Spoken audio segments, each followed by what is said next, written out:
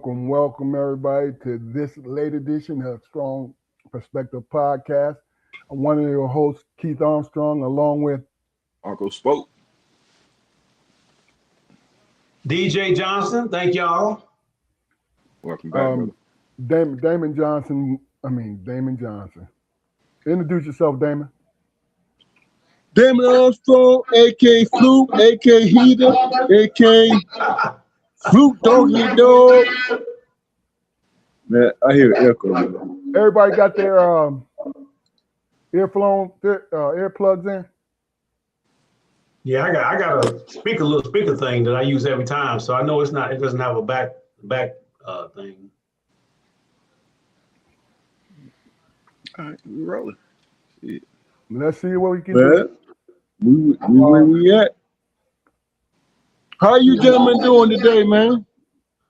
Hot. Man. Yeah, we hit. I think we either came close or hit triple digits today down here in North Carolina. Yeah. We hit it. You know what I'm We saying? hit it. Yeah. But That's something you have to pay attention to. That's something that we kind of used to. We don't like it, but we kind of used to that shit. You know I know, man. That's crazy. It's something I ain't. If we get 91, I'm like, all right, now we pushing the envelope, man. You said it's tight. You pushing it. Yeah, 90 down here, 91 is comfortable. Yeah. Really? Yes, sir. I can't imagine that, man. Yeah, man. To be honest with you. 91 is comfortable. That's when you go out shopping and get your ice cream sandwich and keep it moving. Man, up here, 91, everything shut down. We ain't even talking about the heat index. Wow. Yeah. Man, look, I went to get in my car, man, and turned something going on. It said 115 degrees, man. I said, Spoke, huh? Hey, man, if you ain't roll the windows down or you ain't have no AC, you could die in here, bro. You could die. Hey, listen. You could die in this motherfucker. So shit, man. Hey, whenever I have to get my grandbaby inside or outside the car, he was like, how come you ain't start the car up, granddad, to cool everything off? You can put an egg. You can put an egg on on a plate, man, at 95 degrees. It's gonna cook on your dashboard. Guarantee. Hey, DJ. Yes, sir. DJ. When I bring her out to the car, I have to open up all the doors. Damn. With the air conditioner blowing. Yeah. And she touched the seat, the car seat, the baby seat. She touched it. You like, not yet. Not yet. Hey, you got to park that damn car under a tree somewhere. Yeah. I know. In the shade or something. Or look, on the left side of the house or something. Left side, right side. Left. Yeah. If your car is parked on the slope, back it up on in there. Back it up. The damn thing to the bottom of the damn slope. The heat rises. Yeah. But we here. Yeah. I sent you guys some topics, man. I unless you guys want to address them, I'm not in a real good mood to be that way because I'm kind of confrontational today. Well, shit, let's just do whatever you want to do then. Let's change it up and do something different. Like I said, it's up to you guys. You know what I mean? I'm really roll with it, brother. Look, I tell you what, as we go in further, we'll tackle one of the ones that's a little less taxing, and we can get valid opinions without any BS. You know what I'm saying? Yep. Hey, Keith, before we get into that, man, I just wanted to mention, before we get into anything too deep, I want to mention, man, I was scrolling through my reels earlier today, and I seen our cousin Dave, man, David Davis. Yes. Had a nice, I ain't gonna say nice little. He had nice. They got a nice thing going on over there, man. I mean, like the production is crazy. That shit look like it's like, it's great. It's great production. It really is. Yeah, the production is real heavy, man. And he's good. He's really good at this shit, man. He's very, very good at this for real. Good at expressing his opinion and all that. Yeah, Absolutely, man. I subscribe to their TikTok page. Those, I ain't got the TikTok, so I got to wait for it to get on the reels and everything. The Ricky Ticky, you ain't got the Ricky Ticky. But I don't. It's what you want, man. I mean, it's he had a young lady over there. They was having a discussion, man. Yeah, I think a lot of it is it's great to see those young men express themselves, where they show their softer side, and even a little bit of trying to be over accommodated to the women, but then they draw the line. You know what I mean? You gotta listen to how they're saying the thing, because it's the three of them all the time. But then they bring on guests and all of that. So it's what they have is a good balance. You know what I'm saying? Absolutely. Shout out to DD. Yeah. With that being said, DJ, how was your day today, brother? It was hot. And I went out there, I was going to try to edge up the yard. And, I was like, man, I'm going to try to get a little heat going. Went to the gym earlier. Okay. Man, look here. I got about halfway. I said, nope. But, yeah, I just been trying to stay inside, man, after that and just wind down and watch the, basketball. I watched a little bit of the soccer. And, man, I'm loving life. I don't know how y'all feel, man, but shit, the older I get, the faster time go by. Damn, I thought it was damn Monday. I mean, it's Friday. Only way I know it's Friday. Yeah, only way I know it's Friday has to pay some bills. I said, wait a minute, hold on a minute. He called me talking about, man, you ready for the podcast? Wednesday? I said, man, what you talking about? He said, DJ, I done took and told you, man, you said you gonna be on. I had to double check. I'm like, man, I did tell my brother I'm gonna be ready. An actual conversation. Yeah. Hey man, hey DJ, you talking about 3 days off, man? Three of them for real. I ain't just talking shit. I'm real. I said, damn, on that, man. Shoot. But yeah, man, I'm good, man. I appreciate it, man. I love life more now. Today, believe it or not, than I did yesterday. In other words, I appreciate it more. Yeah. Because they go by so fast. And a lot of us is coming and going with me. You never know when somebody might call you and say, hey, such and such and moved on to see the Lord. No, how the old folks talk. He didn't go on to see the Lord. I tell you, that's been happening a lot for me. That's been happening a lot. You know what's crazy? Yeah, right there. You know what's crazy, man? I don't know about y'all, man, but you go through some shit, man, that tests you and make you feel a certain way, man, where you have to really pay attention. It happens every day, bro. Every day. It happens every break. I've been through some shit. I'm gonna keep it, private, but man, it's like, damn, dude. When you think about it in retrospect, the next day it's like, man, that was heavy. Man, they say black men ain't supposed to get past 50 with all the stresses and different things we go through. We ain't supposed to get past 50.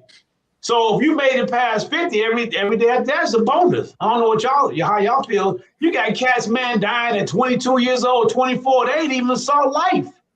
Yeah. Man, I'm in my 60s, man. I mean, I done lived 3 times what I'm supposed to. Well, wait a minute. When are you 50 plus, whatever, a little bit over, but my math is. When do you? I'm sorry. Now you ashamed? No, I'm just bragging. Okay. Shit, I'm bragging about it. Well, you better hold that. I ain't supposed to be here. When do you start discovering life, man? When you mid-30s? I think, man, when you get about 50. When you get about 48, 50, you start realizing, wait a minute, every day is extra. Because I ain't, man, you're supposed to have high blood pressure and strokes and aneurysms and all that shit, man. You thinking, man, I outlived all that. Yeah. Hey, I'm trying to see 100, Spoke. What you talk, Spoke? I'm trying to see 100. Hey man, look, I'm just living the blessing, man. You know, See?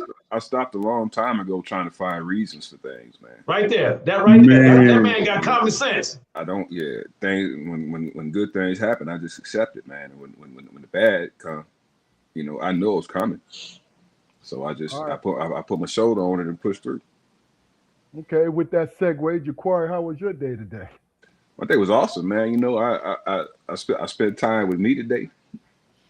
You know, and just vegged out in my chair watching TV, man, with no interruptions. So you had the whole day off then? The whole day. Oh, man. The last 3 days. Okay. Mm. Glad to hear that. Damon, what about yourself, sir? Me, man, I was in my feelings. I ain't gonna project that shit on y'all. Wow. I'm gonna let it go. I'm gonna deal with it.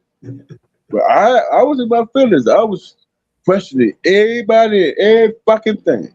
Damn. You know what I'm saying? I mean, I'm just being honest.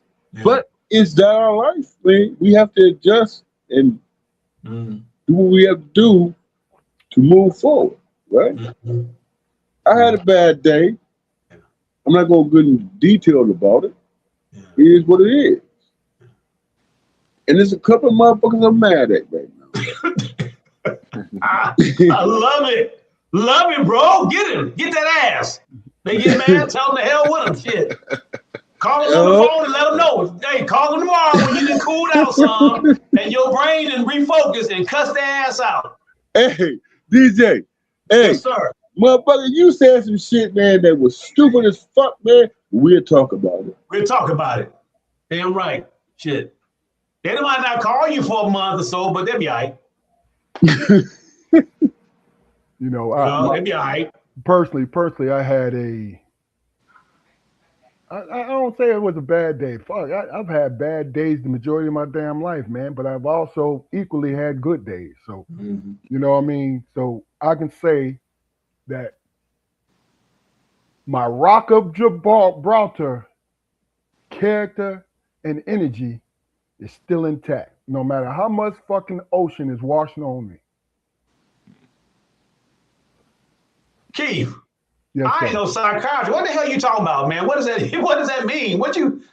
I mean, I only got a fifth grade. Hey, I only got a fifth grade education. What you talking about? Allow me to Please. because it's an easy concept. You're Okay. familiar with it. You're an old head. You're familiar with the Prudential, the Rock of Gibraltar. Yep. You know what I'm saying? I'm with It you. always signified what?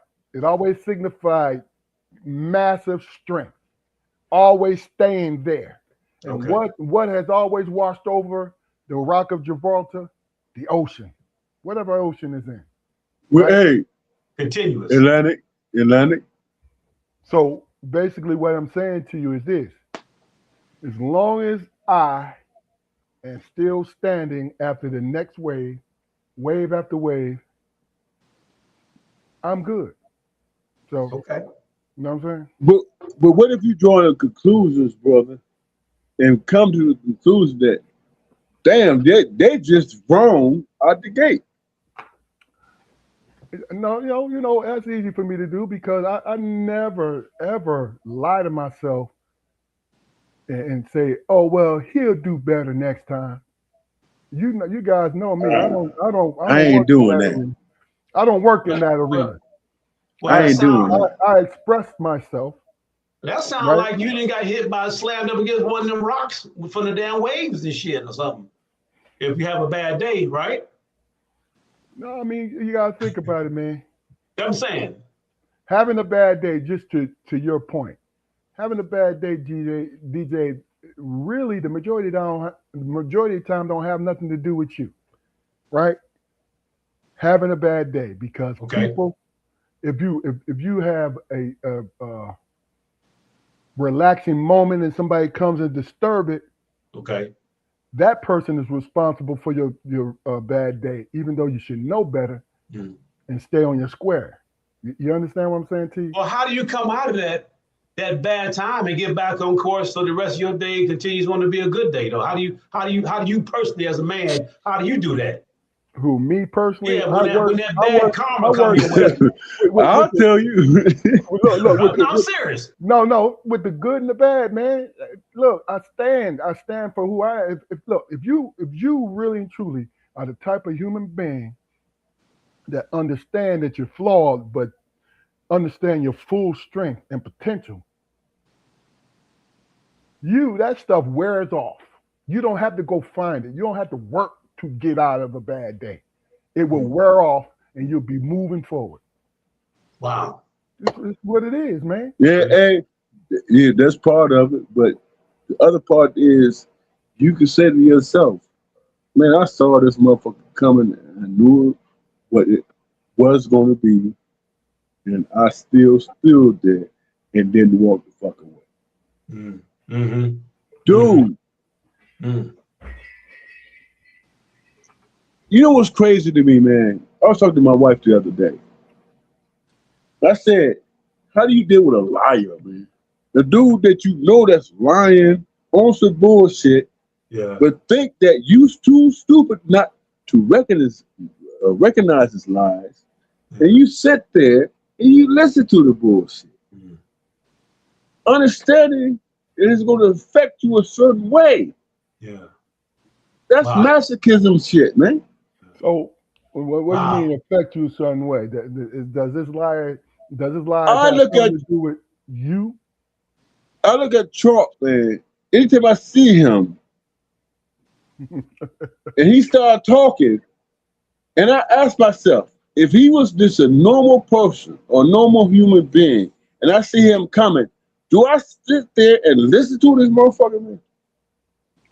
If you're looking for a good time, a joke, you probably Right. You know, you ain't taking them serious. You have that mindset, but in reality, in real life, do you listen to a person like that? No, do you waste your time on it? When you see him coming, you know what I'm saying? Do you take on the posture that, all right, fellas, man, we'll holler, man. Next time I see y'all, and you bump because you don't want to hear this dumbass shit. Mm-hmm. Isn't that the case, man? Damon, let Jaquari respond. I believe it all depends on the information you're trying to gather. Even lies can be important information at times, man. I mean, you know, if you know, you can't slow yourself down to understand that everybody else has got an agenda, just like you have an agenda, and separate, you know, whatever interaction you have from your goals, then I mean that I think I you know, it's not to your detriment, but it's good to know where people stand. You know, I mean, if it's a bad lie, I know how to interact. You know, if it's a good lie, then my setup is already established. I'm gonna deal with you from a certain from a certain, you know, point of view and everything. But if you're lying, and once I find out, you're cut off. You no longer have me as a resource. Right. You know? So you're talking about like some avoidance. You got an avoidance system built in naturally, kind of, sort of. Oh no, it's not. I'm not to cut you off, but no, I'm not avoiding it. It's like I said, you know, depending on what the goal is, I want to hear all the information, even the false information, because it could be useful. It could be useful if you know what you're looking for. But what if you draw the conclusion? What if you draw the conclusion in the very beginning? How much time do you waste, bro? I simply cannot listen to a motherfucker that I know is spewing bullshit and dumb, whatever. I can't do it, bro. I mean, I automatically shut down from it. Okay, well, just saying, you answered your own question, man, because it's your time to waste. You said you asked the question, how long, whether or not it was rhetorical or not, how long do you spend listening to it? Well, that time that you're spending belong to you. So it could be from 5 seconds to 5 minutes to 50 minutes. You know what I'm saying? Or simply, oh, here it is, motherfucker. Have you You ever know what I'm saying? have you ever been on the other side? If you get to that point where you like, here come this motherfucker with that bullshit. Have you ever been on the other side have you ever been on the other side of that, Damon? Or you looked at a person and said, here come this motherfucker with that bullshit, but then later on down the line you come to find out that this person was like half-ass right? Damn, that's deep. With the bullshit. Bullshit, no. Yeah, I was gonna say, damn. And that requires me to take responsibility for the actions that I took. If I came to that conclusion in the very beginning, you know what I'm saying? Why would I double back to say, well, you know what? I'm gonna give him a chance to see if the fuck he was right. Why would I do that? If my first conclusion is that, man, if innately there's very little risk, man. There's very little risk in hearing the motherfucker out. Very little risk. If innately I feel innately in my personal self, like I feel this way, and I'm like, man, I don't want to deal with this person, man, because they irks me or they whatever. Why would I double back and say, well, maybe I should think about what he was saying, whether or not he was right? Here's the initial presence irked the shit out of me, man. All right, so why would I double back? All right, so humor me when I ask this question. You said the presence.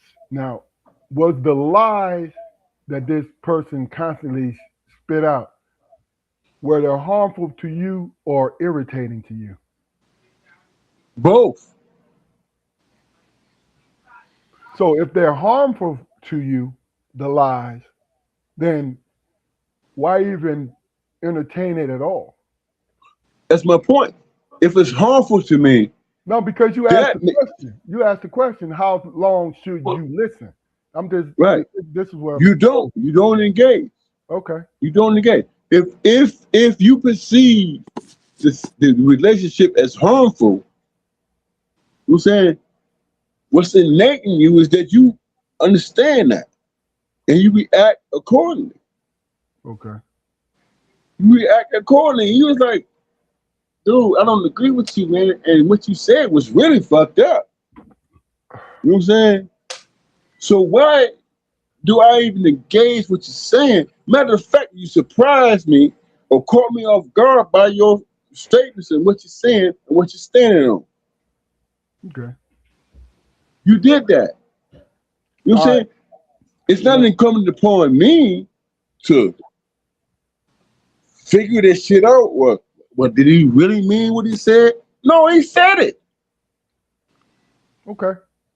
All right. So, DJ, the scenario that Damon just posed, are you similar or are you different? If you're different, in what way are you different when it handles the people that you know are liars and you don't want to deal with? What do you do? So I have become, believe it or not, non-confrontational. Okay. And I'm at the point right now where I'm saying, you know what? If I see this cat coming my way or this woman coming my way, and I don't want to deal with him, you know what I'm going to do? I'm going to turn around, I'm going to go. I'm going to make my head long and burn the road up. Because I don't want to deal with it, because I don't want to deal with what's coming with this individual, because I know it's going to be a problem. Okay. Plus, he might be bigger than me, and I might get an ass whooping or something. Who knows? Shit, I don't know. But I know me, I might come out, I might get fly at the mouth and say some shit, and then, here we are. So I'm like, you know what? I ain't want to deal with that. I'm going to go this way. But at the same time, like Spo said, even though this person is a liar, just a substantial liar, he going to do it, everything come out of his mouth, there might be something there that you can say, you know what? I'm going to take that and run with it, and I'm going to hit this person up with that next time to get a laughter, to get joy out of it, let them know I know you're a freaking retard, and I'm going to use it against them. Yeah. So it really does go both ways, but it can be irritating to deal with a person that's a liar. So you're split down the middle. You're confrontational, but you also avoid. Absolutely. I'm independent. Okay. Look, Jafar, what about yourself? I'm gonna tell you what, man. You know, I have some of the same difficulties dealing with people who are liberal with the truth. But I'm gonna tell you this: Whoa, whoa, rarely, whoa, whoa, whoa, whoa, whoa. Explain Uh-oh. what you just said. You said liberal with truth. Is that what I heard? Or did I mishear you? no. Well, I might have misspoke. Yeah, Okay, because that sounded a little deep. I just wanted yeah, some no, clarification. That's all. yeah. Go ahead. I'm sorry. Sorry to interrupt. Just to clarify, with people who are not liberal with the truth. Excuse me, I beg I your got pardon. you. I got you. But I found, throughout my dealings with people, that rarely is a liar going to give you an entire lie. Mm. They give you hints though. Okay, there's always I'm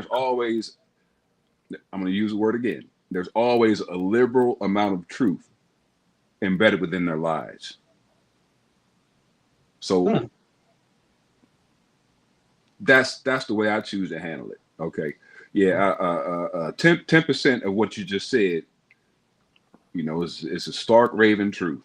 The other 90, I can see right through it. Because at that point, I probably more than likely had other conversations, and the 10% you've given me matches, the 70-80% of what other people have given me. Mm-hmm. So if I'm trying to solve, whatever particular problem, I know that 10% you gave me is done.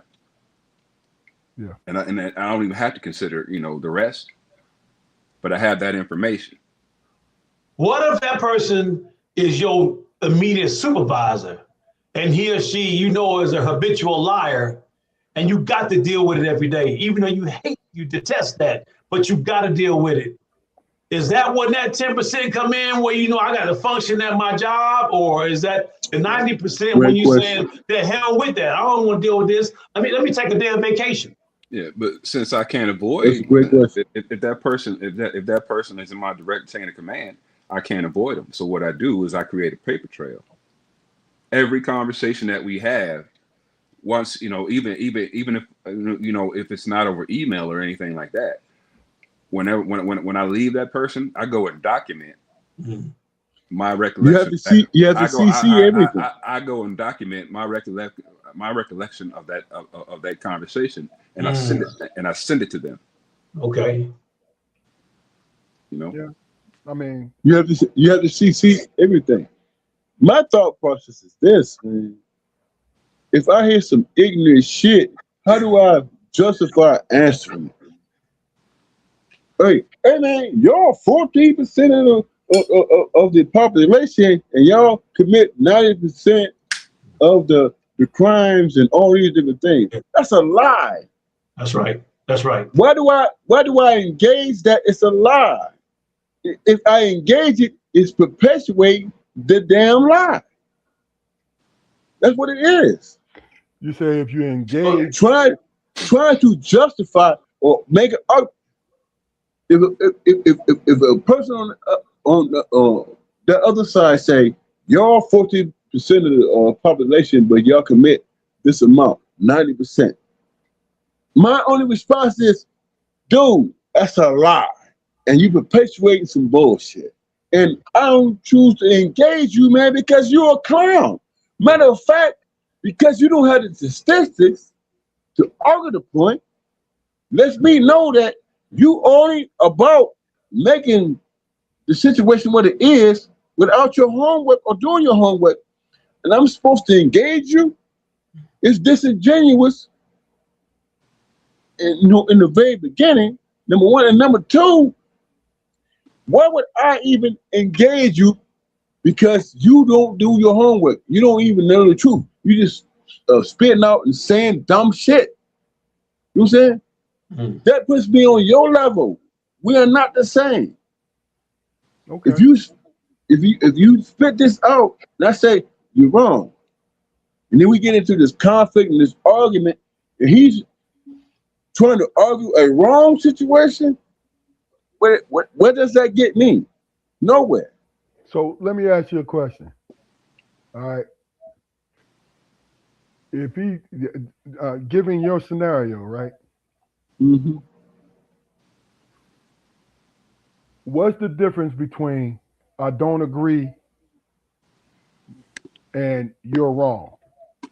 Which road would those two statements take you? Do they take you down the same road, or do they take you down the same road, but one part of it is bumpier than the other? It's only bumpy, man, if you engage in the dumb, negative, wrong shit. It's only bumpy. I get that. All I'm saying to you is, when somebody comes to you and say the scenario you just gave, they say this thing to you, and you look at them and say, you wrong, right? Mm-hmm. Or you say to them, I don't agree. And you back at both things, you back up, right? Will they take you down the same road, or will one take you down a bumpier road, but toward the same direction, trying to get your point across? Well, if you argue in statistics, it might be bumpy because it requires people to do their own research. Okay, so no, here's my point. Sort of along the lines of diffusing dumb shit. Because if I say to listen to what I'm saying to you. If I say to you, you wrong, right? And this is why, right? And that person will perceive as being attacked by me. Give wrong statistics and all that shit. And then I say and then go backtrack and say, yo, I don't agree. Mm-hmm. That person will look at you like, oh shit, I gotta at least be careful for the next thing to come out of my mouth, because he sounds like he knows what the fuck he's talking about. Because when you, and I'm just saying this not to make a point, but a lot of times when I get in those kind of discussions, because I get them all the damn time. I don't know why they find me, but they do. When I get into those discussions, man, what I do is like, all right, I don't agree with you, and this is why. Right? Even if I follow up with, I don't agree with you, this is why, because that's the stupidest shit I ever heard in my life. But I still have control over what I'm going to say to them, because I'm going to back it up with facts. Yeah. Okay, DJ, go ahead, DJ. Look, when you're dealing with there's a particular reason why I don't do research in this podcast. I've said it from day one. Okay, my answers or my statements or whatever, I like them to be or organic from my mind and my own opinion. Okay, if they're wrong, then I'll live and die on that sword. But when you're dealing with statistics, you've got to fit. You've got to understand. You've got to understand where these statistics come from. Okay, anybody can do a survey. Anybody can form questions. Mm-hmm. You know, to reach specific answers or whatever. So your facts, you know, don't mean a damn thing to me. I mean, I've lived around black people all my life. My whole entire life. So when you come to me with a statistic on crime or whatever, I know more people who don't break the law than do. So when I speak about certain things, it's from practical experience. Mm-hmm. So damn your statistics. Yeah. Right. DJ, exactly. DJ, did you have something to say? So I might be wrong in this. Have been known to have been wrong, but I'll let a liar win. You know why I let a liar win? Because I don't feel like dealing with that. Especially if I got to educate and teach and say, hey man, you're wrong. Like you was wrong the last damn time I talked to you. Oh, no, hell no. You didn't hear what I said. Then I got to go back and re-educate and dig up stuff versus me saying, you know what, man, okay, whatever. That's why I was saying earlier, Damon, when you said that, I was like, you know what? I'm going to let this person have it, because is it really worth my time? You know, is it a situation where I got money or value of something involved in this? and this person is lying to me, okay, then we gonna go at it. But if it's like this guy is habitual and he can't help it, and you see him coming like, oh damn, here we go again. Because all of us know somebody like that. Let them just entertain yourself, right? Entertain yourself, let them get it out, and then move on. That's how I feel. That's the cheap way to do it. Some people say it's a coward way to do it, but it keeps my sanctity. That's just how I do it. I don't know. Maybe that's wrong. I mean, no, it couldn't be a coward way to do it, because if the liar doesn't personalize it to you or somebody that you know, as far as that lie is going after victims. Plus, there's different levels. There's different levels of lying, because some lies create victims with what being said.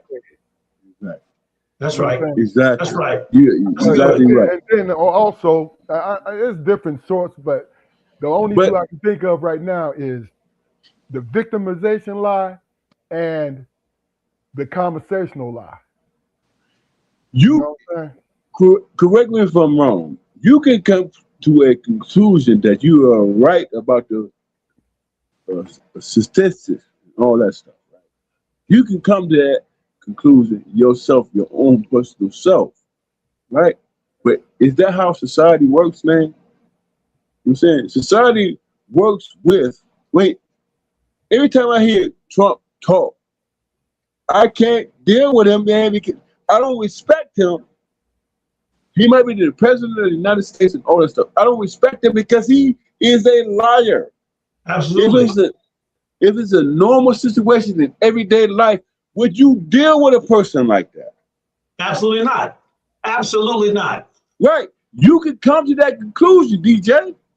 You personally, you could blow it off and say, I know the truth, I know the facts. But I can't deal with this person because he's absolutely looking in my face and saying a damn lie. Yeah. Yes. I'm 60 years old, man. All the brothers that I've ever met in my life, this is the God's honest truth. And I'm not being bombastic or lying about the situation. Every black man that I know in my life, say 1 or 2 or 3 motherfuckers, take care of their kids, man. Mm-hmm. Take care of their kids. I saw guys who went through the system and getting played and all that stuff, but they still take their kids and they raise those kids to be whatever the case. And those kids go to college and all that shit. But they say black men don't take care of their kids. That's a lie. It's a lie. And I am one of those people who recognize the fact that black men do, because most everybody I know, at least 85 to 90% of the people I know do take care of their kids. You know what I'm saying? They just do. Well, there is a percentage that don't, though. It's small, but there's a percentage. What is that percentage, DJ? What is that percentage? No, Damon, we ain't even gonna throw no percentage up there, because what you said earlier was the truth. The majority of black men take care of their children. I'm with you on that. And DJ also said the truth. There is a percentage of black men who don't. Speak on it. You know what I'm saying?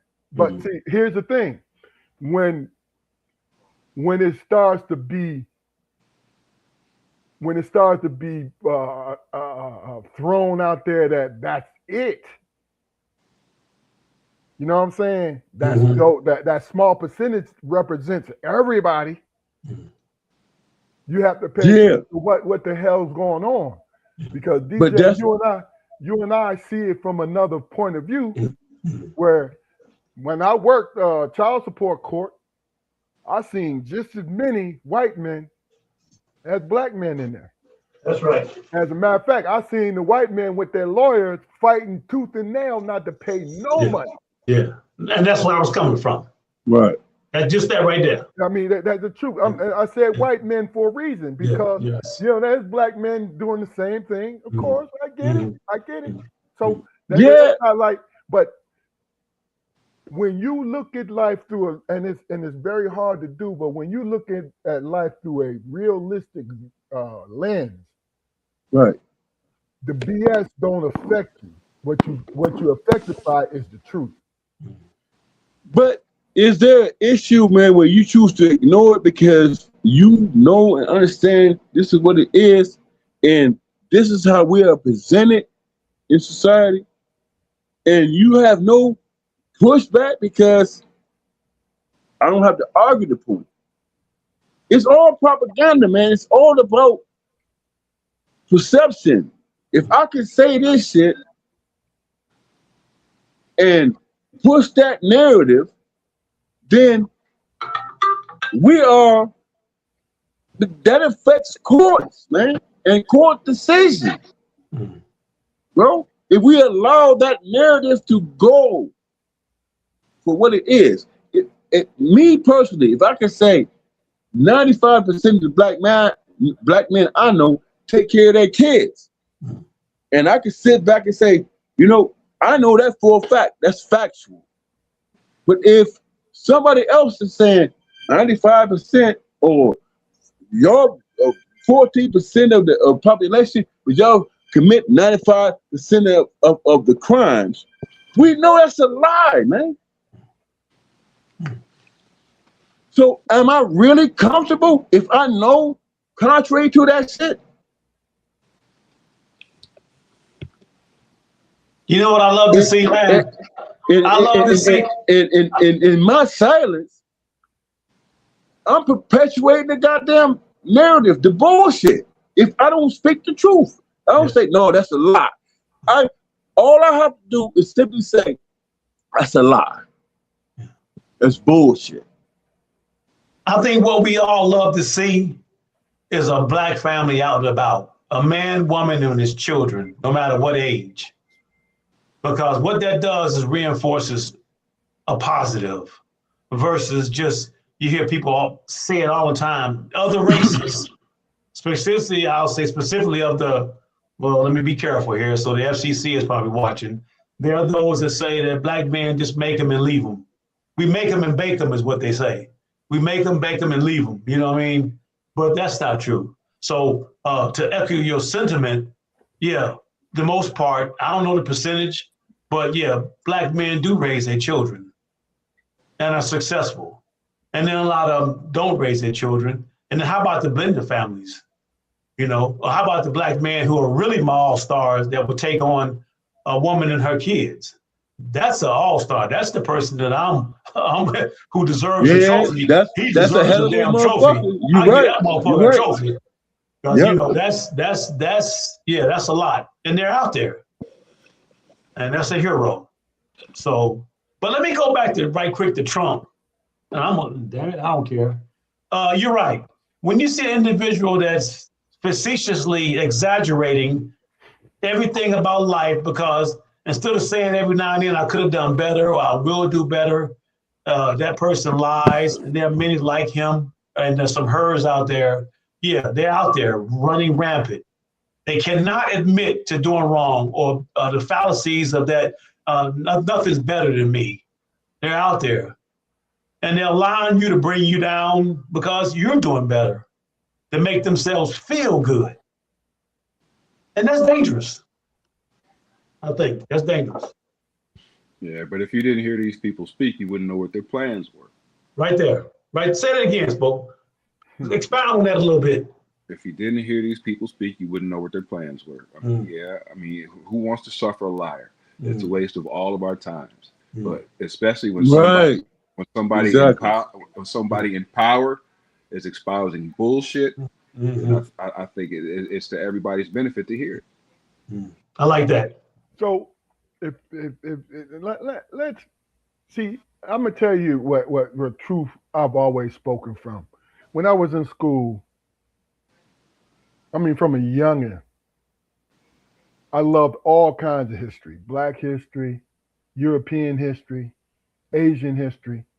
You know what I'm saying? I was always getting A's in history and civic, whatever, right?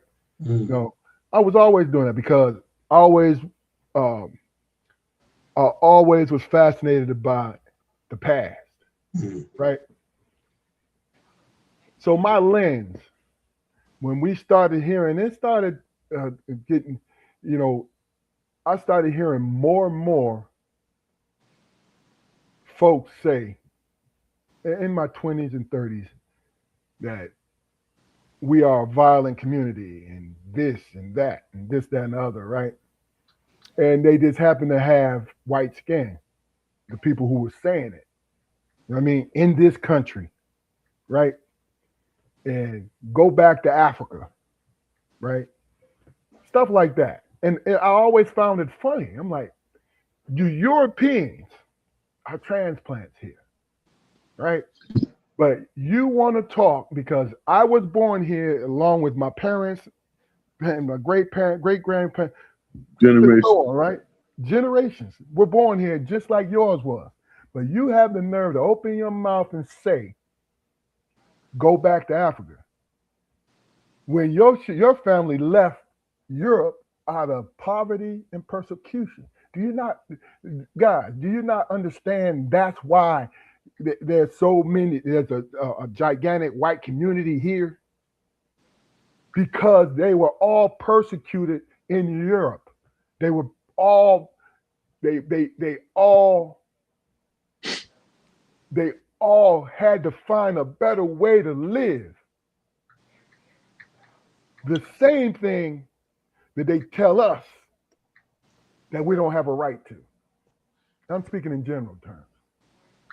You understand what I'm saying? When I look at things in a realistic lens, when it comes to violence, do you understand that England and France fought 100-year war?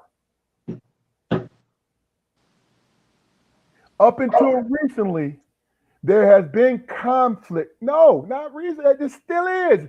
There has been conflict, wars in Europe. Today. Atrocities, right? But when atrocities occur in the continent of Africa, that's on the forefront. I'm talking about pictures.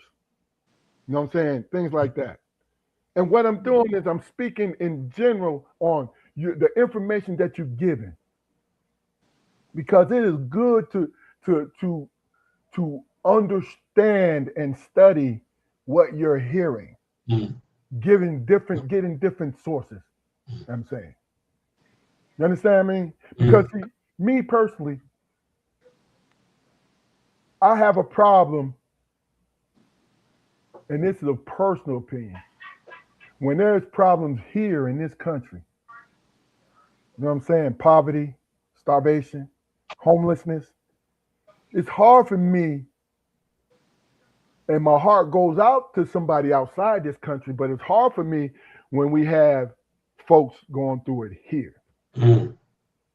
That is the realistic lens I look at life with. Let me take care of my problem first, then I got you. You understand what I'm saying? Right. But here's where I'm at with the shit. Real talk. They talk about black fatigue and all this shit. They, for some reason, they find ways to turn our shit around to benefit themselves, right? Absolutely. I am not going to sit up here and pretend like you affect me based on your insecurities. You just do. You know what I'm saying? You would be hard pressed to find a black woman, black man, black baby, or whatever didn't have to deal with the fact or deal with the situation of being called a nigga. You know what I'm saying? Do the statistics, man. I would tell you that at least 85 to 90% of us who has existed in this country have to deal with our kids or ourselves being called a nigga And our parents had to explain that shit to them because they were betrayed by a so-called goddamn friend. Wow. You understand what I'm saying? So we are always constantly having to make an adjustment to them calling us something and trying to place us in a situation, which is an ongoing thing from understanding, hey man, you know what? Well, they're not really your friends, and they called you that word, the N-word, so you're gonna have to make an adjustment. They don't have to make a fucking adjustment. Because they preached the word, they said it, and that came from somewhere. You understand what I'm saying? It came from somewhere. Name me somebody that lives in this country that wasn't called a nigger in a situation that their parents didn't have to explain that shit to them. Name it. But Damon, let me finish my point, bro. Don't talk to me about black fatigue and we tired of y'all feeling victimized and all that. Motherfucker, victimization started from fucking grade school. Or before. From y'all kids, calling my kids a nigga. And I'm not supposed to address that? But you want me to forget it or not pay attention to it or say, oh man, you just being sensitive, whatever. Now, no, I'm sensitive because I know that my child is going to have to deal with that label. Oh man, not nigga. Let's just take ghetto. Let's just take ghetto. Okay. Once the children hear that word, I mean, what do you teach them to do afterwards? Do you tell them to everybody is not for you. To maintain that space until you solve that word, or do you tell them to persevere? There's never going to be a time in this country where that word is not going to pop up to our children in some form or fashion. That's right. And it's going to be. Yeah, I'm not recommending to blow it off in any way, man. But I do need our children to understand that it is a distraction. It is a distraction. That's like calling a fat person fat. My point is this, bro. You can speak on in terms of the degrees and all that stuff. What I'm saying is that is said to them, and it makes them different. It makes them outside. It puts a label on them. And we are talking about children, bro. We're talking about children. And how many white kids experience that? Damon, I want you to finish your point. Let me finish my point, bro. Listen to what I'm getting ready to ask you. All right? Because what we also have the responsibility to expound on how we deal with it and how we overcame being called that and being marginalized and all of this. That's secondary, bro. No, it's primary, bro, in my opinion. Okay. But go ahead and finish your point. My point is, man, my kids are playing with white kids and all that stuff, and then the word nigga come out in the derogatory way. You know what I'm saying? They had to think about how to overcome that shit, before that point happened. You know what I'm saying? Apparently, or how it is, the parents said these are who they are. And they are beneath you. Damon, if I could say really quick, man, in my life, in my 53 years, every time I've been called a nigger by a Caucasian to my face, it was to combat my excellence, bro. And it took me a long time to realize that. Anytime that word was used against me, it was because I was kicking ass of whatever the fuck I was doing. You came to that conclusion, right? Oh yeah, because for me that was the only conclusion I had. But what if one of your best friends who happened to be white said that to you in a derogatory way? Oh, he get ass whooping. He get his ass whooped. What I'm saying That's is, ass whooping. That's then it. you have to, Yeah. then you have to say, damn, you know, you have to address that derogatory thing. You have to address it to overcome it, which having support from your family members and all that stuff to take you through the process. But that came out. And like I said before, you'd be hard pressed to find a black person who didn't have that experience, where their parents didn't have to explain to them, this is how the fucking world works. And this is how the world is. And Keith, correct me if I'm wrong, we had white friends and a goddamn squirt gun got fucking broke. And the older brother had us in the car, and what did he say to us? What did he say, man? Did he call us niggers? Nigger, you broke my gun, and this, that, and this. And that didn't happen. So what did I do and what did I say? My kids came home and said, man, they called me a nigger.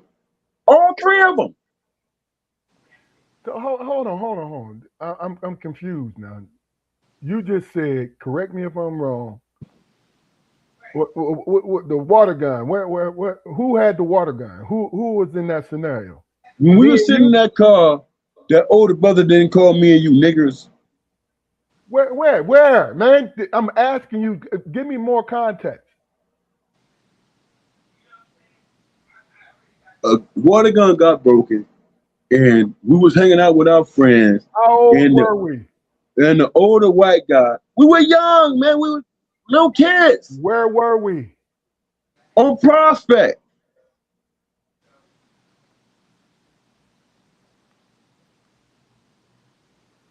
I don't remember that. I don't remember. I do. Okay, so what's your point in bringing it up? We were sitting in the car. He called us niggers for breaking the gun and all that stuff. And I remember Pop calling us out of the car to come home. You don't remember that? No. My whole point is, like I said, you'd be hard pressed to find a black person who was not faced with being called a nigger. Okay, Damon. As young as they are. Damon, I understand your point. We all three of us understand your point. So that said, what they try, what the opposite side is trying to say is that, man, y'all, we have black fatigue from y'all. You're always complaining about something. You're always talking about being disrespected because you're black and racism and all that stuff. Point taken. And my point is, make your point, bro. Because we want to respond to this, but you keep expanding. My point is, you'd be hard pressed to find anybody who was raised in this country who did not have to face that shit. Okay, all right, I get that. DJ, do you have anything to add on to that? I'm gonna shock y'all. So, growing up in the city of Chicago, I'm gonna tell y'all this. I was kind of sheltered in the city because in the city where I grew up in Chicago, it was all African American. So only time we dealt with the others is when I went to high school and playing football. We dealt with the other high schools. Is the first time I ever dealt with Caucasians. If there was a white officer that came to our neighborhood, we all knew he was new because we only saw black officers. So to hear the N-word, it was from within. Maybe an aunt or uncle or somebody called you that, but it wasn't prevalent. Stay with me on this. And then later on, as I matured and went in the military, I'll be honest with y'all. If somebody ever called me the N-word, it was more covert in the military than overt. it was more covered up because you got guys coming from Tennessee, Arkansas, West, South Carolina, hell, wherever. Because people knew that if it come out their mouth, it was a physical altercation getting ready to happen. So I didn't hear it a lot. I might have heard it once or twice, but in the 20 years in the Marine Corps, I never heard the N-word. Silly me, okay? Because, you know, it's just not acceptable. But later on, becoming a Wake County Deputy Sheriff, I had those of other persuasion or whites say, I want to deal with a white officer. I don't want you here. Well, shit, that's cool. I'm just going to check 10-8 available and I'm moving on. I'm not going to sit here and argue with you because I know racism when I see it.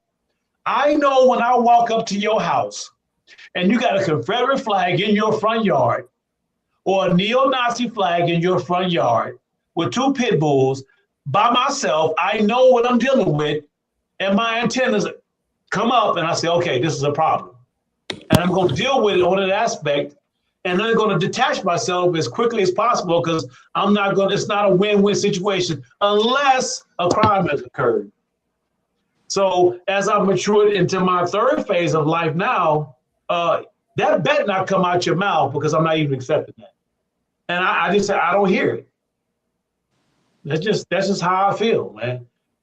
But some places are different than other places. And some people, depending on how they're raised, they freely come out with it. They teach that to their children. And then when they hear it, it's like, oh my God. Well, hell, you hear your grandma and your grandpa say it all the damn time. So eventually it's going to come out. And then guess what? That person is going to get chin checked or something going to happen. They'll realize, man, I shouldn't have said that. Oh, I should continue saying it covert when nobody's around. It's just that simple. That's where I'm coming from.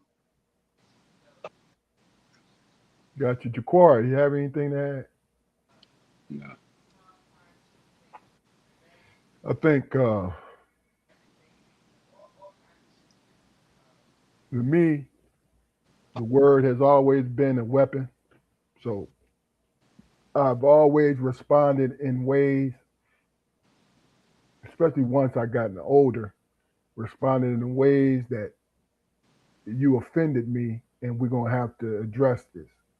It's hurtful. You know, I think it's less hurtful, DJ, but when if it's being said to me and you think you're going to knock me down a peg or two, now you're right there messing with me. Yeah. You understand? Yeah. Yeah. And I'm like, whoa, let's suss this out. Yeah. You know, I've been on calls, DJ, where you call me, and as soon as I walk in, the woman of the house want to call me a nigger. Oh, hell no. Right? Wow. And I laughed at her. Mm-hmm. I mean, a hearty laugh. Mm-hmm. Because I let her know you are insignificant. Mm-hmm. Your husband just beat the shit out of you. You got a busted mouth. You need the ambulance. You got a fat eye. Mm-hmm. But you choose to try to minimize who I am because you scared of this motherfucker. That's right. So pay attention. That's right. That's right. Watch me arrest your hero. Yeah. And dare your hero to struggle with me. And tear that ass to pieces. Whatever. And that's the truth. And it's the truth because I did my job. Mm-hmm. And I didn't use my job to get any revenge. I laughed at her. I'm like, you just got your ass beat by your savior. You understand what I'm saying to you? That's right. And I am your help. And you chose to turn on me. See, that's the mentality that's the brainwashing. That's what it is. Not making excuses. That's the conditioning. You know what I'm saying? Like me, I made a decision when I was young that I would never call another brother or sister that. Now, I've slipped up here and there, right? But the majority of my life, Damon and Jaquar, the majority of my life, right? I chose not to do that. Keith, we from a different era, though. It's a different era than these jokers nowadays, man. But look, first of all, somebody said earlier, I don't suffer fools, man. Mm. When you sit here and try to justify letting your white friend call you that, Oh hell or no. you call it, and this is no judgment. No. You know what I'm saying? Yeah. This is no judgment, but you let your white friend because y'all best friends, and like, here, I'm gonna give you this gift. You can call me this, and I'm gonna call you that, right? I don't suffer fools. I'm not gonna judge you for that, but you do feel stupid, especially with the look that I give you. Yeah. You try to justify. You try to justify him saying it to you. You understand what I'm saying, T? So, that one thing that I try not to, and the real operative word is try. I try not to get caught up on the trivial BS, man. When people somebody said it earlier, they call you that word to try to minimize you. You know, and that's why I was saying to you earlier, Damon. I understand where you're coming from, and you spoke eloquently with what our children was going through as far as that word is concerned. But also, I wanted to devote just as much time in letting the folks know how we combat it, how we explain it, and how we overcome all of it. Different perspectives. That's right. Because we have. My whole point was. I know what your point was, bro.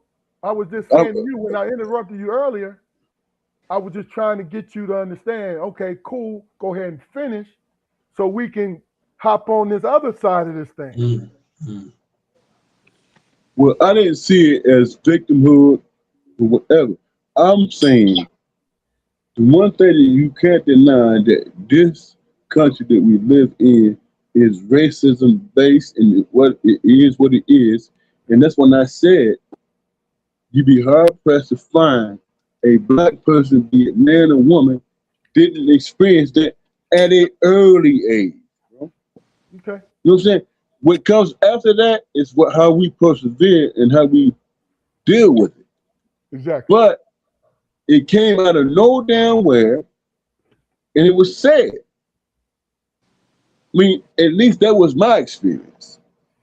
You know what I'm saying? And the people I talked to said the same thing.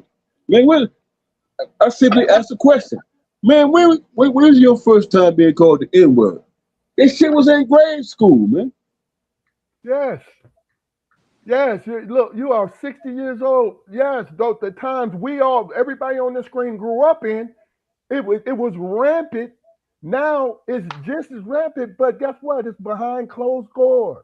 That's what it is.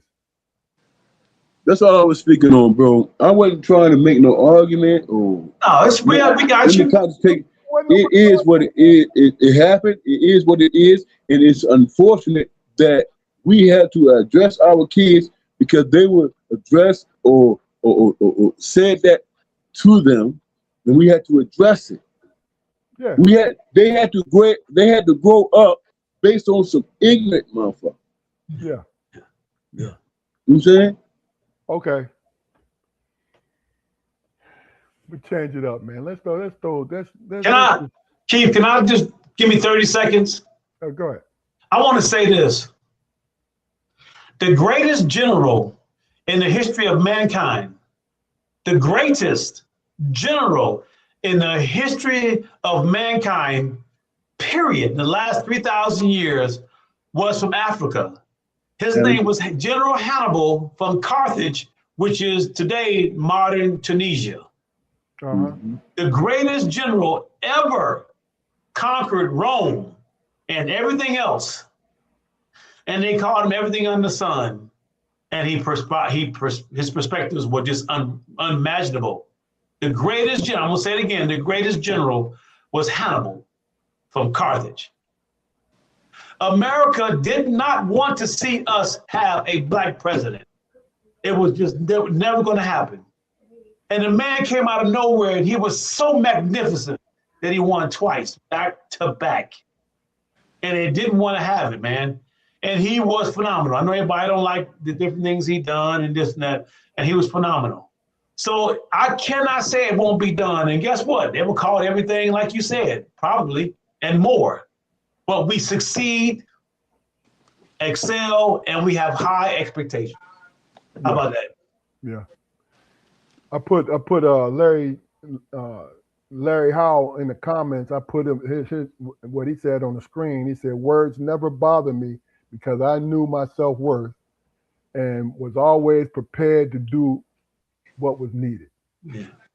I mean, and that says a lot how I see things also. Yeah. OG right there. The OG. Yes, sir. You know, you know what? Honestly, just, you know, politics aside, let's talk a little bit about entertainment, sports entertainment. All right. Okay. And what I want to talk about is this. How much, why do we love our sports, man, in this country? Why do we have, in your opinion, why do we love our sports so much in this country? Wow. I mean, there's entertainment, man. There's opportunity. There's legacy, man. There's a chance for a person to be bigger than the station if he does it right. Mm. Okay. Now, are you talking about professional sports, or are you just talking about just sports, period? Sports, period. Sports, period. I mean, you know, even if you don't, you know, from Pop Warner to the NFL, man, even if you don't make it to the next level, there's an opportunity for you to, you know, for you to find greatness in yourself at some level. Okay. DJ, what about yourself? So we teach our children, again, to exceed, excel, have high expectations. We don't teach our children to come in second or third place. We just don't. If you don't, we want a championship. Under 12, high school, middle school, college, pros, all of it. Because we want to project ourselves that we're the best. We want to project that we can be better than the next man standing to the left of me, or woman to the right of me, or whatever, that I'm better than you. So we're going to line up and I'm going to beat you to the end of the block. That's where it starts at when you're 6, 7 years old, all the way through school. And parents push that because they see themselves. They will push that way. And they also see themselves in their children. They say, I'll be darned if I'm going to breed a loser. I want it all. I want you to want it all for yourself. And so that's what sport does to me. You know, you're not going to bring people out there on a team that just out there saying, I don't mind, I just want to play for money. Did y'all know today that there's a big thing going on with the Los Angeles Lakers right quick? This is a hot topic right now. For years, you had Irvin Magic Johnson, James Worthy, Kareem Abdul-Jabbar, Byron Scott, and on and on and on. Well, the Lakers decided, you know what? LeBron's walking away. Now, this is going to piss some people off, but again, let me just say, the Lakers have drafted with Luka Doncic and this other 2 white kids. They say their starting team is going to be pretty much white. Well, Stephen A. Smith, he's my guy, but he can be a little bit eccentric, goes on and says, you know what? The Lakers cannot win with 3 white players starting on the team and win a championship. Hot topic, hot mic. What I said that for is because, think about it, man. I don't know if you can win a championship with 3 white dudes or 3 Latino dudes. But we know it's been done before, but it was the 50s. Well, it was with Larry Bird and McHale and all them with the Lakers. I mean, with the Celtics years ago. No, DJ, I said in the 50s and 60s. Oh, yeah. Or Princeton basketball, where they run around and do the back door and all that stuff. And DJ, you know, I'm sorry, I'm going to interrupt you because I got to grab you a little bit. Okay. I'm trying to figure out where you're going with this, man. I'm saying sport is a way of life here in America. That's just the way it is. We got to have it, but we'd be bored to death. Okay. So that's it. That's what I'm trying to tell you. So is it a distraction or is it a distraction from your problems in life, or is it the rizzy dazzle from some governmental conspiracy? None of that. It's joy. Hey, It's joy. I got my team. Okay. I'm gonna beat you. I'm not playing for the Chicago Bears, but I'm gonna beat the Detroit Lions. I'm gonna beat the Philadelphia Eagles, even if we do it or not. They're my boys. I stand with them. I stand on 10 toes up that the Chicago Bears are gonna beat everybody. It makes me feel good. Yeah. So that when I see you next time, I'm gonna say, Keith, we beat your ass, man. We beat y'all 17. We beat y'all 17-10. Come on, man. Hey DJ, I respect you, brother. Stick with your team, man. Yes, sir. You Yes, know what I'm saying? Yeah. Don't be no bandwagon dude, man, and speak on that, man. Like, yes. no, man, you stick with your joint, man. Stay with them. So let me know who your team's drafted. That's right. Yeah. Let me ask you this question. I'm off a little bit. Is sports from tiny league all the way up to professional league? Is it conditioning to fall in line or training for life skills? It's both. It's both. It is both. Explain it. I want you're absolutely right. It is both. So running builds character and strength. So that when you sit in the classroom, I'm on the track team. I'm somebody. I'm on the basketball team. I'm somebody. That's character. Okay? People doubt you and say you can't do it. Well, I did it. I made the basketball. These in class, but that ties in together, man. I'm doing the best I can.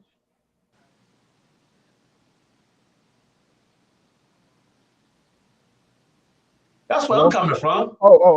See, you froze. You froze for about 10 seconds. What'd you say? I said sports has some guys, that's all they have. If they got through, the parts of life, like coming through high school and middle school where stuff is just crazy, and in New York and Cleveland and Detroit, Chicago, if it wasn't for sports, man, they'd be in the county jail or they'd be dead. They'd be pushing them drugs and all that. So that makes them somebody. Yes, sir. Hey, this brother told me one day, man, when I was trying to get into college, and when I got into college, man, they told me, hey, man, you going to come in and play and all this stuff. I came in on I didn't know college had JV teams. Mm-hmm. I did not know that. Yeah. I was on JV. Not all of them, but yeah. Brother, I called a brother and I said, hey, man, they got me on JV, man. All these problems, they got me on JV. You know what this brother told me? He said, dude, get on varsity, build your brand, build your shit, handle your business, and understand your path, man, what you did, and that's life. You know who told me that shit? Keith. Right there. He said, basketball is life, man. You win and lose on that court. Mm-hmm. Mm-hmm. Mm-hmm. If you don't believe in yourself on that court, you're not going to believe yourself in life. And all three of y'all play college basketball. So y'all know better than I know. He said, if you fail on the court, you lost yourself in life, bro. Figure your shit out. I like that. I remember my senior year, man, I had a semester to go. And I called him because I was dealing with some political shit. And I called this man and he said, hey, man, you not finna leave school. You done committed 4 years. Finish the job. Mm-hmm. Mm. That's your life. It ain't about basketball. It's about everything. Remember you told me that? Yeah. It's about everything. And classwork. Mm-hmm. Not only classwork, man. If you give up on the court, how you gonna fight in life, man? Mm-hmm. Because everything on that basketball court challenges you to either hold a spot or win a championship. You know what I'm saying? And you have to prepare yourself for either or. You have to prepare yourself for that. Man, I ain't starting. I ain't getting no time or whatever. So I'm gonna quit. Dude, if you do that, what else you gonna quit at, man? Quitting gets easier, man. That's what I try to tell people. Mm-hmm. It gets easier. Like you may be able to, if you quit something and don't have a good reason to do it, maybe it's because you don't get along. I think you get at least 1 to 2 times to say, "Hey, I washed my hands of it." You know what I'm saying? But once it starts to become a habit, like you know what? I'm gone. You know what I'm saying? I don't want to be here no more. What it does is, to me, my personal opinion, it seeps into your psyche. Like, yo, Mm-hmm. you know what I'm saying? I know I don't need. Hey, look, I know I don't have to stay. I can always quit. You know what I'm saying? Like, DJ, this man told me when I called him. Remember when I called you, man? I said, "I'm finna leave, bro." Mm-hmm. You know what you said? You was like, hey, "Hold on, man, dude. You know how much shit you put into that? Yeah, get where you are, and you just gonna leave? Wow, nah. Stop talking to me." Yeah, was disappointing and shit. Failing is not an option. He was like, "Dude, not an option. I ain't trying to hear that. Yeah, you put too much into it, man. Get your degree, man." So let me hit y'all with another angle to this. Man, is everybody done with that particular topic? Let me hit y'all with another angle. Is it fair that the casual fan, and this is all opinionated now, is it fair that the casual fan in social media is able to critique pro athletes? Is it fair to the pro athlete? I don't think so. Outside of the fairness, man, I think that's a major appeal. Everybody's an armchair. Everybody's an armchair something. I mean, yeah. I mean, these days gives us the opportunity. I don't think it's fair. Heard by somebody, but continue on, Jaquari. Then to be heard by somebody, but social media is so powerful that if it doesn't reach the actual person, it'll reach somebody else that has to do with, like, say, a reporter who said, "Yo, I need to be up on, be in the know. So what is everybody saying?" And then they do what they do. But the fairness of it. Are you done, Jaquari? Yeah. DJ, what was you going to say? Man, if I'm paying $350 to go all the way to Charlotte, which is 2.5 hours from my house, damn it, you damn right I'm gonna grade you. If I that's my money. I ain't got nothing else. I ain't been to a game in 3 years. Hold on, you asked me a question. No, hold on. So you asked, can I grade you? Yeah, I'm gonna grade you. You're a bum tonight. Okay, but you can grade. You can. No, what you mean? You can grade a bum in your easy chair. Now it's up to you to spend the money to go down there. Okay. You know what I'm saying? Okay, I get what you're saying. But let's say I spent my $350. Yeah. You know, I'm watching this team continuously, through 82 NBA games. I'm watching LaMelo Ball. Let me just call it up because I'm in North Carolina. I'm watching the Charlotte Hornets and some of the other guys. And I'm watching the maturation of this squad. And some of them guys is bums. And so I can critique them with you, and say, man, my team is trash. I'm a Chicago Bulls fan. Yeah. Okay, I ain't never changing. Now I'll go to Charlotte because that's all I got. I ain't got nobody else. So I'll drive my 2.5 hours to the Hyde, and I'll watch the Charlotte Hornets play, and I leave out there whether they lose or win. I just spent $75 on some damn nachos and a damn beer, And I got to drive 2.5 hours all the way back to damn property. And they done lost by 30. You know, they lost to the New York Knicks 110-60. Hell yeah, I'm be mad. What you think? I'm hell yeah. They ain't shit. They suck. Damn right, I'm gonna say that. Yeah. That's my piece. Oh my God. Yeah. Damon, Jaquari, y'all got it. What's up? I'm good. Man, my coach told me one day, man, just going back visiting and shit. I was one credit short of being eligible to play. Right.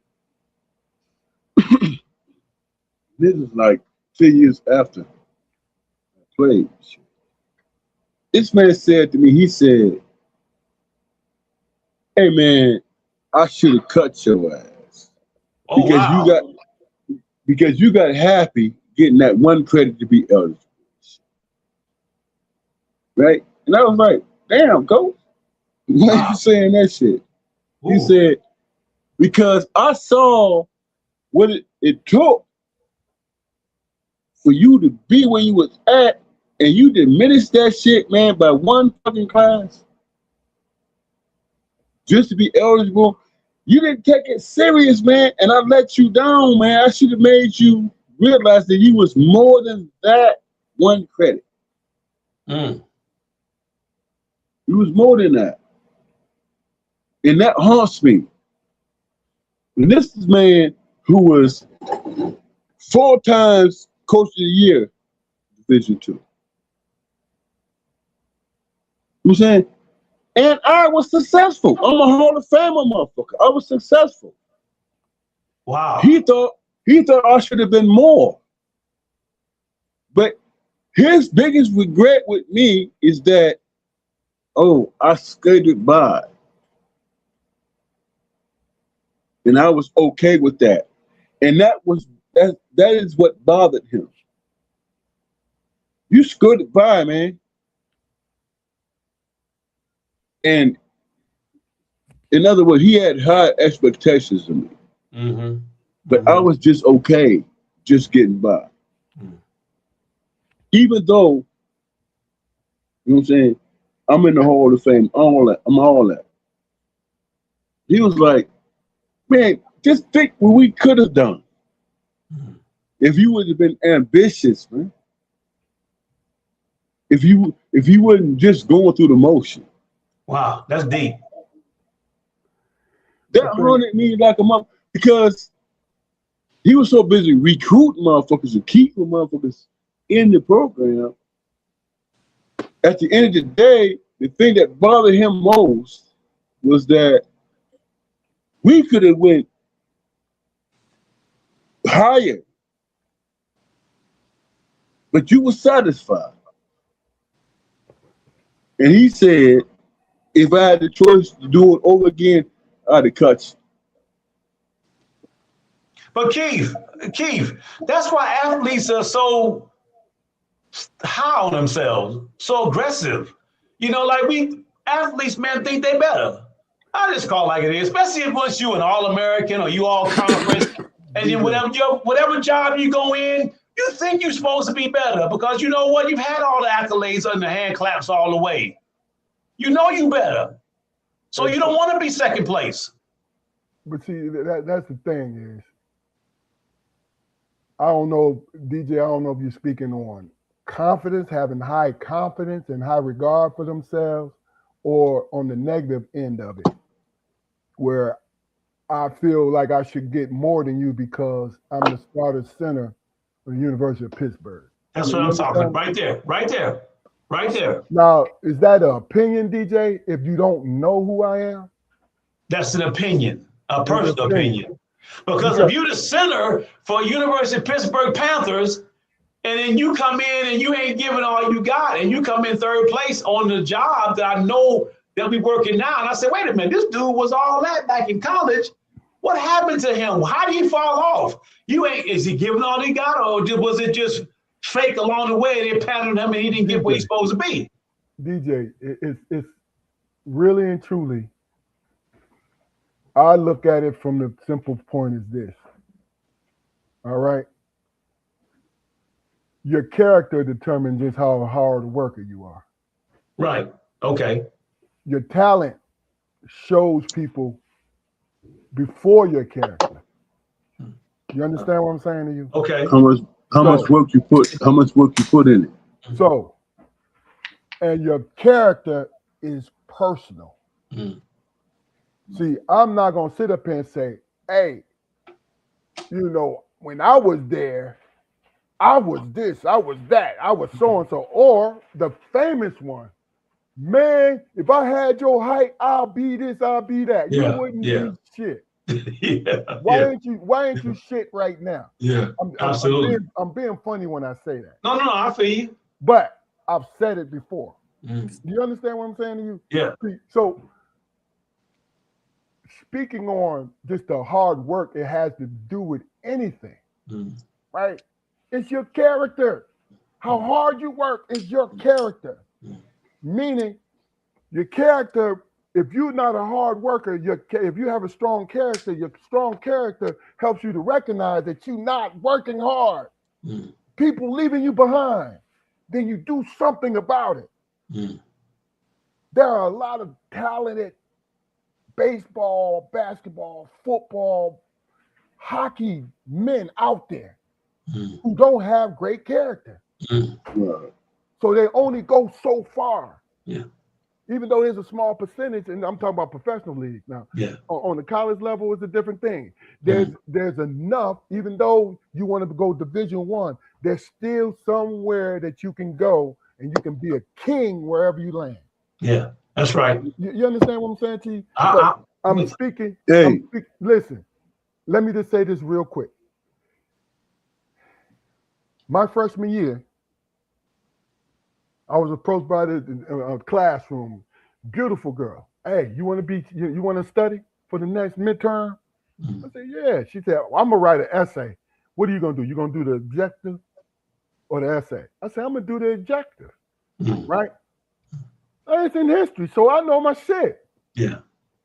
So she said, why wouldn't you just do that? So in your high school, they didn't teach you didn't take English class because it's easier for an essay. Right. I said, yeah, but the thing about it is I know I'm gonna bust this test out. You understand? So this is what I'm gonna do. So we got to be good friends. And we were talking and all this. And one day she was frustrated. And the reason why she was frustrated is because her parents just paid her tuition. You know what I'm saying? And she found out that I was there on free scholarship because of my basketball ability. It was a trade. Right? She said, my parents are paying for your education. So you that was the knockdown, the big knockdown. That's deep. When I'm paying my tuition, it's paying for your education. But she didn't realize who the hell she was talking to. Right? And I looked at her. And I did it in the way, and I had that conversation. This is no lie. In my 5 years at Pitt, I had that conversation about 5 times and left them speechless every time. Because I said to her, I said, oh, this is when it was fledgling, when TNT, USA, TBS, Turner joint, right? They was trying to get big. You feel what I'm saying? They were trying to get big. So I was playing in the Big East. So the Big East Conference played on all those, and ESPN played on all those my freshman year. I remember that. Out of 32 games, I was on local and national. I was on television my freshman year. Didn't play that much, but my freshman year, I was on television about 25 to 26 times. Right? So this is how I broke it down to her. I said, do you understand? Because understanding the politics of where you are and where the money comes from. So TBS, USA Day, TNT, all them, they paid the Big East Conference to televise them. Right? With that being said, the schools, right, divided the money. Yeah, that's how they make it. So I said that I took one conference. I said ESPN just paid the Big East Conference. I think it was like maybe $50 million. They split it up. They split it up with them 12 schools. They paid it $30 million. It was $30 million because that's back in the day. $30 million to televise. We had 6 games on ESPN, right? They was late games, but they were 6 motherfucking games. I said, young lady, do you understand that USA Today, the USA channel, right, paid the Big East Conference this certain amount of money.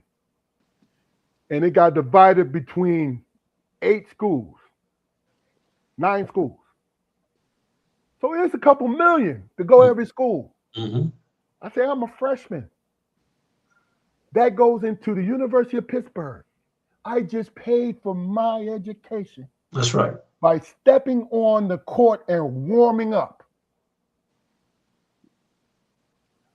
I played 28 games. She started with her mouth wide open there. I played 28 times on television. And each time, each station paid the Big East Conference a certain amount of money. So your parents is paying for my education.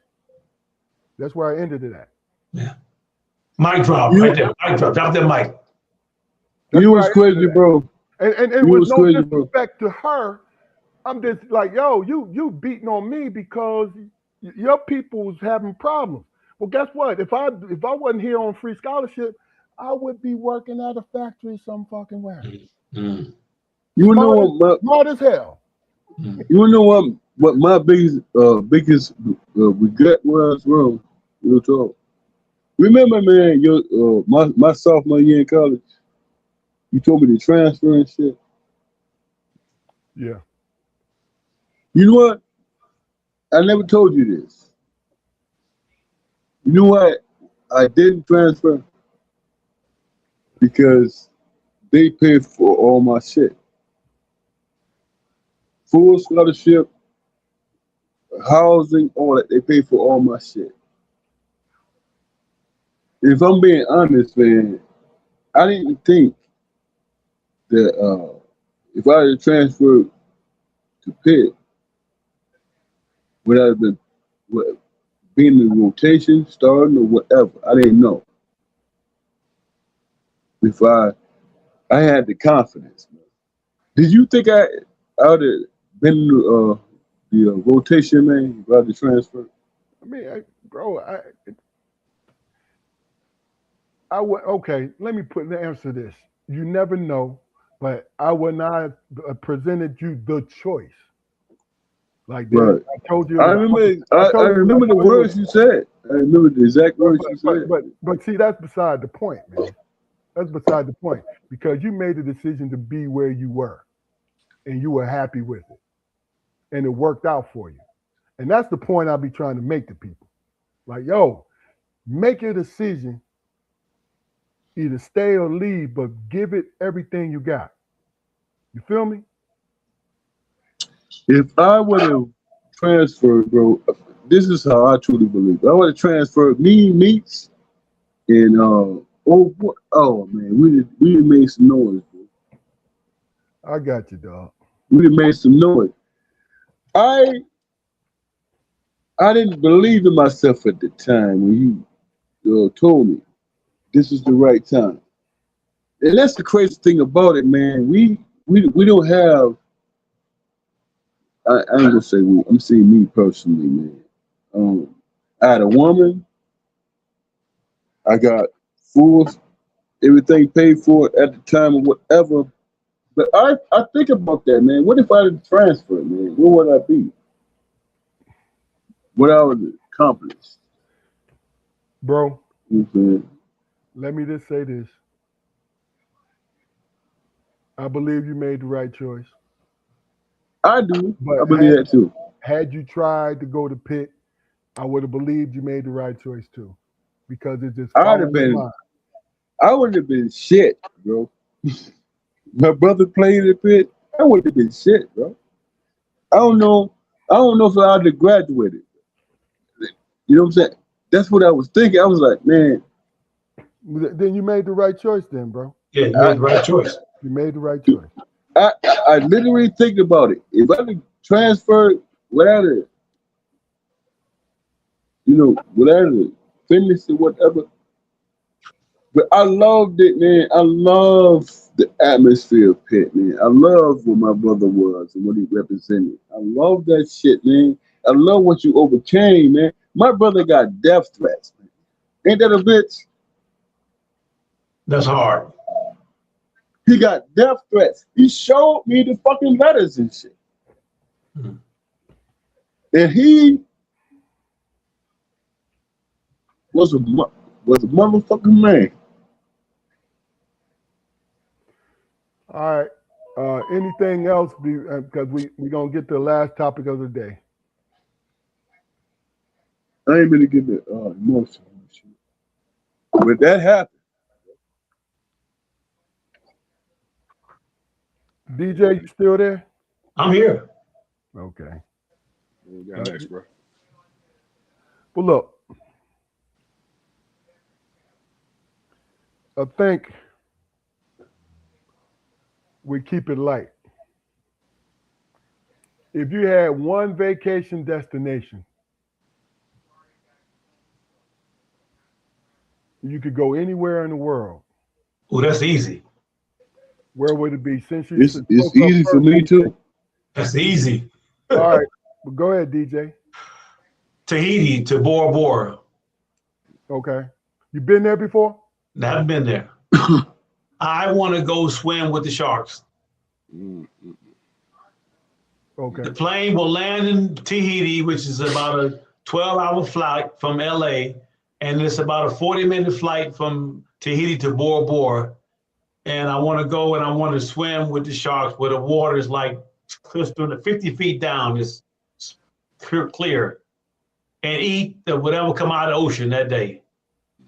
Because Marines love water, and I just want to swim in that 80-degree water and drink Bacardi rum and eat the catch of the day, lobster, shrimp, whatever.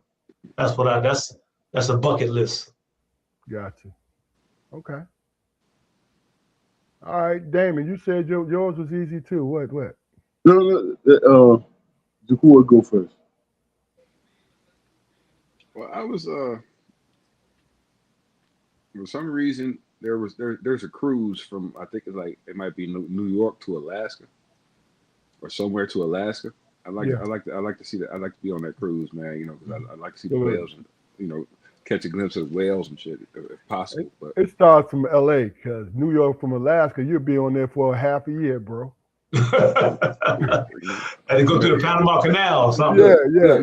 When I first started cruising, man, I actually met a bunch of older people who they didn't live in retirement homes, and they didn't necessarily have a fixed address on land. Mm-hmm. They cruised all the time. When they was on when they were on domestic cruises, that was the time between the international cruises that they were on. And they had worked their money to the point where they could maintain that. Mm-hmm. So I know they ate well. That's the truth. Yeah, man. And I've never been on a cruise, but that's part of my destination. I give it a couple of years, man, because the cruise and shit ain't been too good lately. Especially for the bros. Yeah, but if you take a cruise, it depends, man. It depends. Those are those kind of cruises where everybody know about, and you know what I'm saying? Yeah. Man, come on. Man, cruises are cool. They cool. 4 days, 3 nights. Start out small. We'll go on the 7-day one. Take you a 4-day, 3-night one. Start out. If I was single, I would do the 7-day one. Yeah. You know That's a long cruise if you never done that water. You be seasick as hell, man, for 2 days. But hold up. Before you go, Damon, Fonda, hey, held the pit, Fonda. Fonda for a long time. I got her on the screen. Believe, man. I hear a lot of good things about Believe, bro. You know what I'm saying? Okay. I know a brother who He's an assistant principal, and he's close to being retired. And me and him was chopping it up. He said, "Bro, listen, this is before he got married, though." He said, "I already got it pointed out. There is a all-inclusive condo area in Belize where all retired folks go down because the money goes a long way." Yeah. You know what I'm saying? But he said he's been down there before. He's Bahamian though, but he said he's been down there and he loved it. He said it's beautiful. You know what I'm saying? But go ahead, Damon. Just shout out to you, Fonda. That's a good choice right there. I'm gonna tell y'all this, man. You might not believe it when I say it. Guess where the destination during the summertime and all that stuff in the state of not the state, but in the United States. Guess what the destination is? I'm listening. Where y'all think it is? No, I have man. no idea, man. No, tell us. Just tell us, man. New Orleans. Okay, no, Michigan. Huh? Yes, Michigan. I mean, What the New York. hey, DJ, Doing this. Hear me out. Okay, I'm listening. Hear me out. During summer vacation time in Michigan, motherfuckers from Florida, LA, and everybody else, guess where they come to? The number one spot. Guess where they come to? They come to Michigan. They To come do to, what? They come to What are you gonna Michigan. do? They come to Michigan to train. Hey, don't sleep on Michigan. What the hell's in Michigan? DJ, hear me out. Come You on, can hear me man. out. Okay, You got- you gotta sell me on that shit. I'm just saying, man. Once you get outside Detroit, where the hell you The going? state No, Michigan. no. Upper Michigan, man. Oh, the and Upper Peninsula. Yeah. Okay. The state of Michigan is surrounded by all the Great Lakes, man. You're right. You got Ain't no sharks. Ain't none of that shit. you got Mackinac Island. You have what's that? Iron something. It's in the Upper Peninsula, but it's where it's one of the like premier. It was one of the premier middle class black destinations, like back in the you know. I've heard of it. Okay. Yeah. But the water ain't clear. Hey, No, DJ. man, Well, DJ. I mean, it's lake water. Listen. It's the The water Great smoky Lakes, as man. hell. It's lake water. Hey, DJ. You grew up Listen. around Lake Michigan, man. Come on, bro. They did. Yeah. Hey, they did Lake the Michigan dirty as hell. Yeah, I'm listening. they did a survey, right? Okay. Where do Floridians, how you say it, Floridians. people, they vacation in Michigan? They lost. Doing They don't know where the something. hell they going. Listen. Hey, DJ. Google this shit. Google, hey DJ, Google this shit. I am.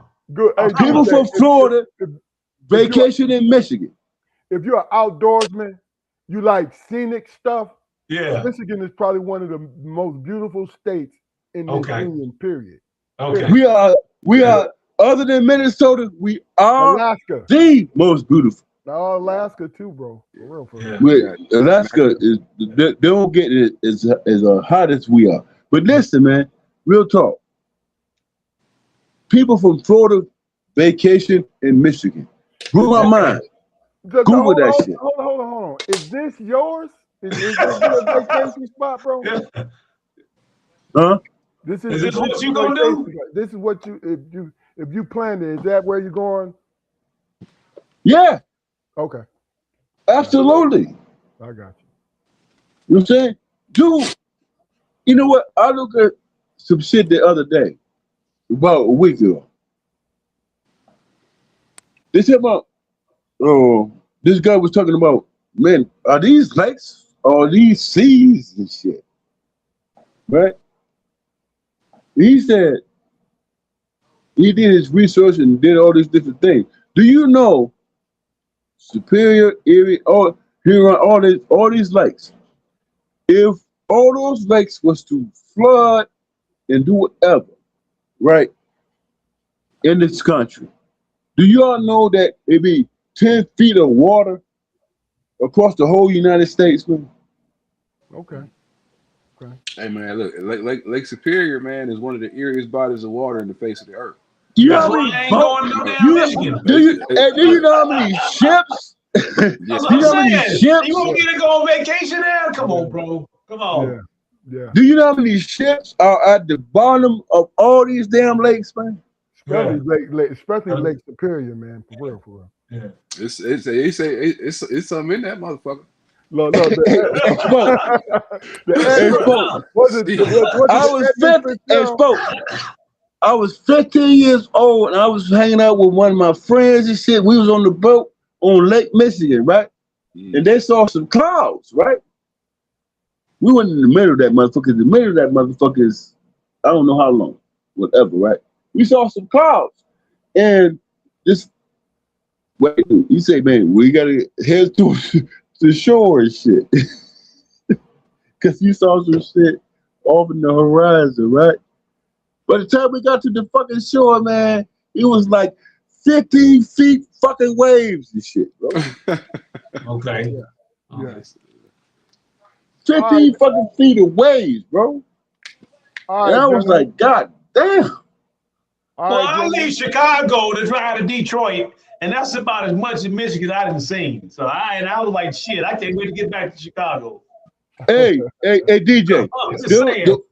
DJ, what? Those are not lakes. Those are seas, man. All right, gentlemen. I want to really and truly tell you that I appreciate you being on tonight. You know, we started a little late, so our social media crowd, we apologize for that. That was all my fault. I was a little worried, to be honest with you. It is what it is. Okay. But I thought something was happening, bro. I'm gonna be honest with you. Hey, Keith.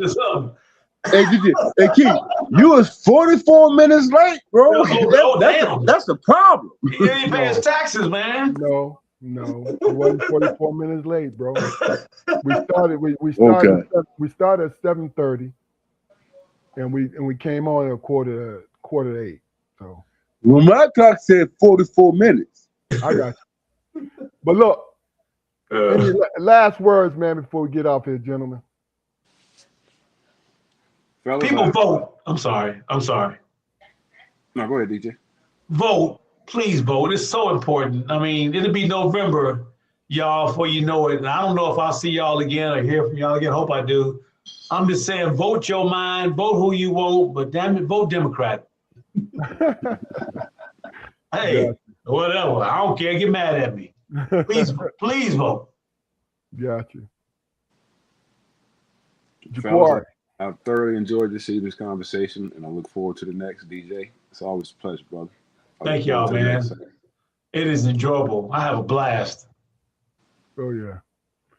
Damon, last words. We can show love and respect for each other, man, but we are in a time, man, where everything is being revealed. Okay. Yeah. Everything. That's right. I like the. Oh, I'm sorry. Are you done, Damon? My fault. I cut you off. I'm done. Okay. I'd like to thank John, Fonda, Keith Barnes, Larry Hall for your comments. Thanks for joining us tonight, folks. We appreciate you.